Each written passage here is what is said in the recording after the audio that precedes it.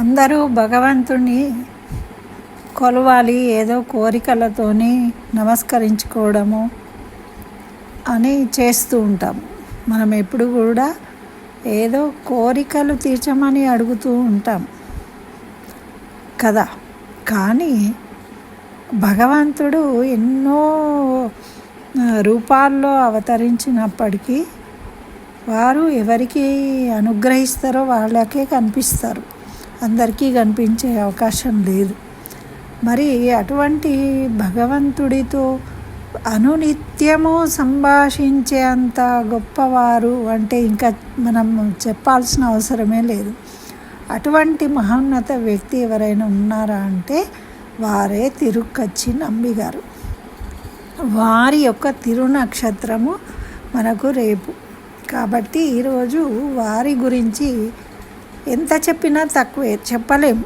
కానీ కొంతన్నా మనం తెలుసుకుని స్మరించుకునే అవకాశం, అదృష్టం కలిగినందుకు ఆ భగవంతుడికి నమస్కరిస్తూ వారి గురించి ఈ వీడియోలో తెలుసుకుందాం. కాబట్టి అందరూ చక్కగా వినండి, మరి నమస్కరించుకోండి. ఆ కంచి దేవరాజ పెరుమాళ్ళ అనుగ్రహాన్ని పొందండి. ఓం నమో నారాయణాయ. శ్రీమతే రామానుజాయ నమః. శ్రీమన్నారాయణ చరణం శరణం ప్రపద్యే. అస్మద్గురుభ్యో నమః. అందరికీ నమస్కారం అండి.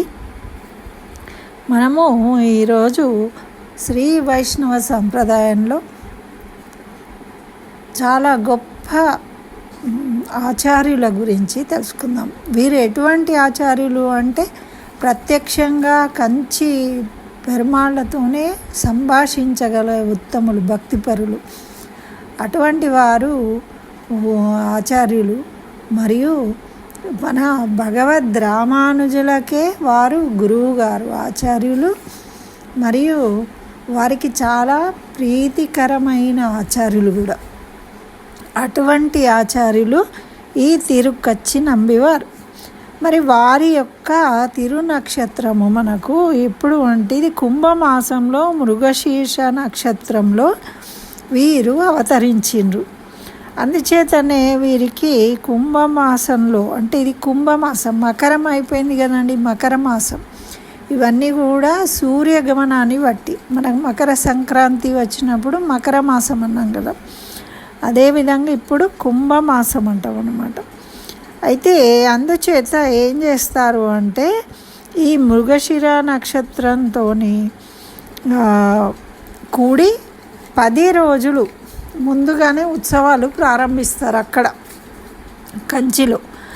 ఈ ఉత్సవాలు చేస్తూ 10వ దినం రోజు అంటే ఈ మృగశీర్ష నక్షత్రము వచ్చిన రోజు వారి యొక్క తిరునక్షత్రాన్ని జరుపుకుంటారు. వీరు కంచిలో కంచి పెరుమాళ్ళ కైంకర్యం చేస్తూ వారి జీవితం అంతా గడిపారు కాబట్టి వీరిని కాంచీపూర్ణులు అని కూడా పిలుస్తూ ఉంటారన్నమాట. అయితే అటువంటి వీరి యొక్క జన్మ ఎప్పుడు జరిగింది, ఎక్కడ జరిగింది అన్నీ కూడా మనము తెలుసుకుందాం. వీరు ఎక్కడ అంటే పూనమల్లి, పూవిదు మల్లి అని కూడా అంటారు. ఇది మనకు మన పక్కనే ఉన్న తమిళనాడు రాష్ట్రంలో ఉంది. ఆ గ్రామంలో జన్మించారు. ఇది కంచికి కూడా చాలా దగ్గరలోనే ఉందన్నమాట. అయితే వీరు వైశ్య కులంలో జన్మించారు. ఈ విషయాన్ని మనం తెలుసుకోవాలి. అయితే వైశ్య కులంలో జన్మించినప్పటికీ వీరు కంచి పెరుమాళ్లకు కైంకర్యం చేసిండ్రు కదండి. అయితే కంచి పెరుమాళ్లకు ప్రతిరోజు వీరు ఏం చేసేదంటే భక్తితోని చక్కగా వీళ్ళ ఊరు పూవిందువల్లి నుండి కాంచీపురానికి నడిచి వెళ్ళేవాళ్ళట. ఆ రోజుల్లో ఏముండేవండి, నడుచుకుంటూ వెళ్ళేవాళ్ళు కదా. మనకు శంకరాచార్యులు కానీ రామానుజాచార్యులు కానీ అందరూ దేశమంతా తిరిగిండ్రు నడుచుకుంటే, పాదయాత్రలో చేసిండ్రు అప్పుడు. అయితే ఈ వీరు వరదరాజస్వామికి కైంకర్యం చేసేవారు అన్నమాట. అయితే వీరు ఏం కైంకర్యం చేసేవారంటే ఆలవట్ట కైంకర్యము అంటారు. ఆలవట్ట కైంకర్యము అంటే విసనకర్రతోని విసురుతూ ఉంటారు. స్వామికి ఒకటి బూరు లాంటిది ఉంటుంది చూడండి, దాంతో విసురుతూ ఉంటారు. ఎప్పుడు మనకు అర్చన ఆరాధన అంతా నివేదన అన్నీ అయిన తర్వాత ఆ విధంగా సేవ చేస్తారనమాట. అయితే వీరు రోజు కాంచీపురంలో ఈ విధంగా రాత్రిపూట ఈ ఆలవట్ట సేవ చేసేవారట. చేసినప్పుడు వారు భక్తితోని ఎక్కడ ఇబ్బంది కలగకుండా గాలి, మనము కైంకర్యం చేయడం అంటే సేవ చేయడం అంటే చిన్న విషయం కాదండి. ఎంతో శ్రద్ధాభక్తులతోని దాని మీద మనము దృష్టి పెట్టి చేయాల్సి ఉంటుంది. ఇప్పుడు చిన్నపిల్లలకు ఎట్లా చేస్తామండి, మనం శ్రద్ధగా తినిపించాలి, ఏం పెడుతున్నాము ఎంత పెడుతున్నాము అన్నీ చూసుకుని చేయాలి. అదేవిధంగా పెరుమాళ్ళకు సేవ చేయడము అంటే ఎంత జాగ్రత్తగా చేయాలి, ఎక్కువ కాకుండా గాలి తక్కువ కాకుండా దానికి విగ్రహానికి తాకకుండా చక్కగా భక్తితో చేయాలి. అలా శ్రద్ధాభక్తులతోని వీరు ఆ కైంకర్యం చేసేవారట. అట్లా చేసేటప్పుడు స్వామికి ఆనందం కలిగేదట వీరిని చూసి. అందుకని ఏం చేసేవారంటే చక్కగా తిరుక్కచ్చి నంబి వారితో సంభాషించేవాళ్ళట. అలా వారు విసురుతూ ఉంటే చక్కగా ముచ్చట్లు పెట్టేవాళ్ళు అన్నమాట. వాళ్ళు ఫ్రెండ్స్తో కనుక ముచ్చట్లు పెట్టుకున్నట్టు వాళ్ళు ముచ్చట పెట్టేవాళ్ళట. అప్పుడు అందుకే ఈ స్వామితో మాట్లాడగలరనే రామానుజాచార్యుల వారు తను ఈ కాంచీపురానికి వెళ్ళారు. వెళ్ళినప్పుడు చిన్నతనంలో వెళ్ళినప్పుడు వారిని సేవించమని వీరు మాతృమూర్తి చెప్తుందన్నమాట. ఇక్కడ కాంచీపూర్ణులు ఉన్నారు, వారిని సేవించు, వారు నీకు సరైన మార్గాన్ని చూపిస్తారు అని. అయితే వీరి దగ్గరికి వెళ్ళినప్పుడు వీరు ఏం చేస్తారు అంటే, సరే నువ్వు కూడా కైంకర్యం చేసుకో ఇక్కడ అని తీర్థ కైంకర్యం చేయమని చెప్తారు. ఆ దేవాలయానికి దూరంగా ఉన్న బావి నుండి రోజు నీళ్ళు, అంటే స్వామికి అభిషేకం చేయడానికి తీర్థాన్ని తీసుకువచ్చే పని అప్పగించారనమాట వీరు రామానుజాచార్యులకు. అప్పటి నుంచి వీరికి ఈ తిరుక్కచ్చి నంబి వారంటే కాంచీపూర్ణులంటే ఆచార్యులు అన్న భావన తనకు ఉపదేశం ఇయ్యమంటారనమాట. అయితే వీరు జ్ఞానబోధ చేసిండ్రు, జ్ఞానోపదేశం చేసిండ్రు. 3 ఉపదేశాలు ఉంటాయి, మంత్రోపదేశం ఉంటుంది, జ్ఞానోపదేశం మాత్రమే చేసిండ్రు. కానీ మంత్రోపదేశం చేయమంటే ఏమంటారంటే, మీరు బ్రాహ్మలు, నేను వైశ్యుణ్ణి, మీకు ఆచార్యుడిగా ఉండే యోగ్యత నాకు లేదు, నేను జ్ఞానాన్ని ఇవ్వగలుగుతాను కానీ మీకు ఆచార్యుడిగా ఉండలేను అనేవారట. అంటే వీరికి శాస్త్రబద్ధంగా ఎంత కరెక్ట్గా దాన్ని పాటిస్తూ ఆచరిస్తూ ఉన్నారు. కాబట్టి రామానుజాచార్యులకు ఇంకా వారి మీద గౌరవం పెరిగిందట. ఆ విధంగా వీరెప్పుడు కూడా వారిని కోరుకునేవాళ్ళు. సరే ఆచార్యులుగా రాకపోయినా ఆచార్యుల ప్రసాదంగా స్వీకరించాలని వీరు ఏం చేసిండ్రట, మరి ఒకరోజు మా ఇంటికి భోజనానికి రండి అని చెప్పిండ్రట.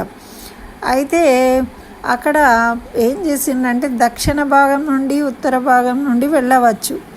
అక్కడ దేవాలయంలో కైంకర్యాలు అయినాక రామానుజాచార్యులు ఆయన భార్యతోని ఇలా పలానా వాళ్ళని నేను కాంచీపూర్ణులని భోజనానికి రమ్మని పిలిచాను, కాబట్టి చక్కగా వంటలు చేసి పెట్టు అని చెప్పి భోజన సమయానికి వీరు ఏం చేసిందంటే వారిని పిలుచుకొస్తా అని వెళ్తారు. అయితే వీరు దక్షిణ భాగం గుండా వీరు వెళ్ళిండ్రట పిలవడానికి. వారేమో వారికి ఏదో పని ఉంది, రామానుజులు రమ్మన్నారు కదా అని చెప్పేసి ఉత్తర భాగం నుండి వీళ్ళ ఇంటికి వచ్చాడట. రాగానే ఆ రామానుజాచార్యుల భార్య తంజమాంబ సరే రండి అన్నది. మరి రామానుజులు లేరు కదా అంటే, నాకు పని ఉందమ్మా, నేను తొందరగా వెళ్ళాలి అన్నారట. అంటే ఈమె వడ్డించింది, చక్కగా తిన్నారు, అయిపోయింది. వెళ్ళిపోయిండ్రు. అయితే ఈమె రామానుజాచార్యులు వచ్చేసరికి ఈమె మళ్ళీ స్నానం చేసి మడిగట్టుకున్నది. ఇట్లా ఆచార్యులు వస్తా అన్నారు అని చెప్తే, అయ్యో ఇలా వచ్చి వెళ్ళిండ్రు, వారికి ఏదో పని ఉందట అందుకని వెళ్ళిండ్రు. అయితే వారికి జంధ్యం లేదు కదా, ఉపనయన సంస్కారం కాలేదు కాబట్టి పనికిరాదు, అందుకని నేను మళ్ళీ స్నానం చేసినాను. అక్కడ శుద్ధి చేసిన పేడతోని వారు భోంచేసిన దగ్గర అని చెప్తే వీరు చాలా బాధపడ్డారు అన్నమాట. కనీసం వారు తిన్న తర్వాత మిగిలిన పదార్థాలు కూడా పనికిరావని ఈమె ఏం చేస్తుందంటే అన్నీ పడేసి మళ్ళీ రామానుజాచార్యుల కోసం కొత్తగా స్నానం చేసి వంట వండుతూ ఉంటుందన్నమాట. వీరి భావమేమో అట్లా ఉంది ఆచార్యుల పట్ల.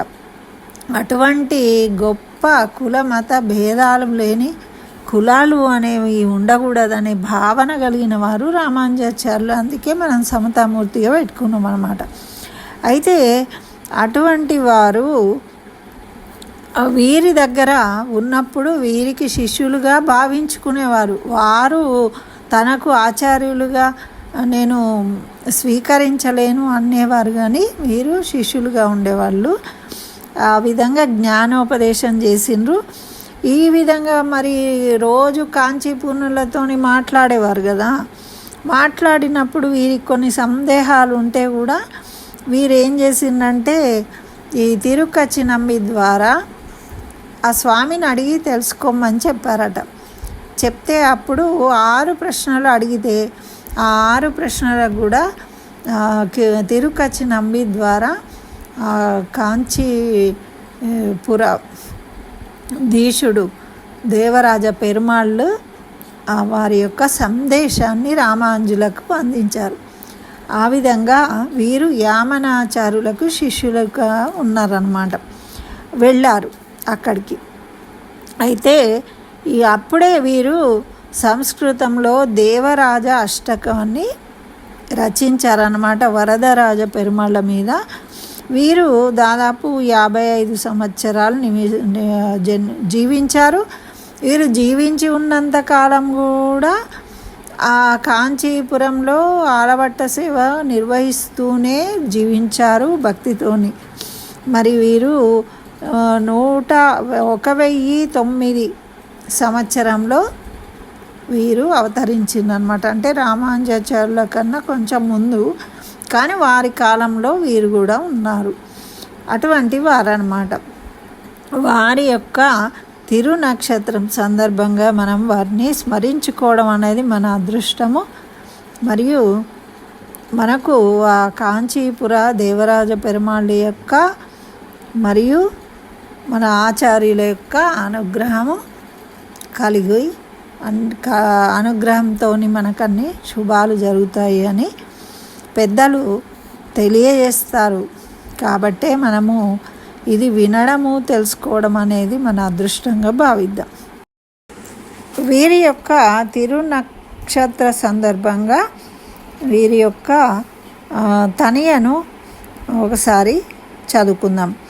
కుంభే మృగశిరోజాతం శ్రీకాంచీపూర్ణమాశ్రయే షట్పూక్తిం యతిరాజాయ యన్ముఖా ధ్వరదో వదీత్. కుంభే మృగశిరోజాతం శ్రీకాంచీపూర్ణమాశ్రయే షట్పూక్తిం యతిరాజాయ యన్ముఖా ధ్వరదో వదత్. ఇదండి వారి యొక్క తనయ. నమస్కరించుకోండి. అందరూ వారి యొక్క అనుగ్రహాన్ని పొందండి. ఆచార్య దివ్య తిరువడిగళే శరణం. సర్వం శ్రీకృష్ణ చరణారవిందార్పణమస్తు.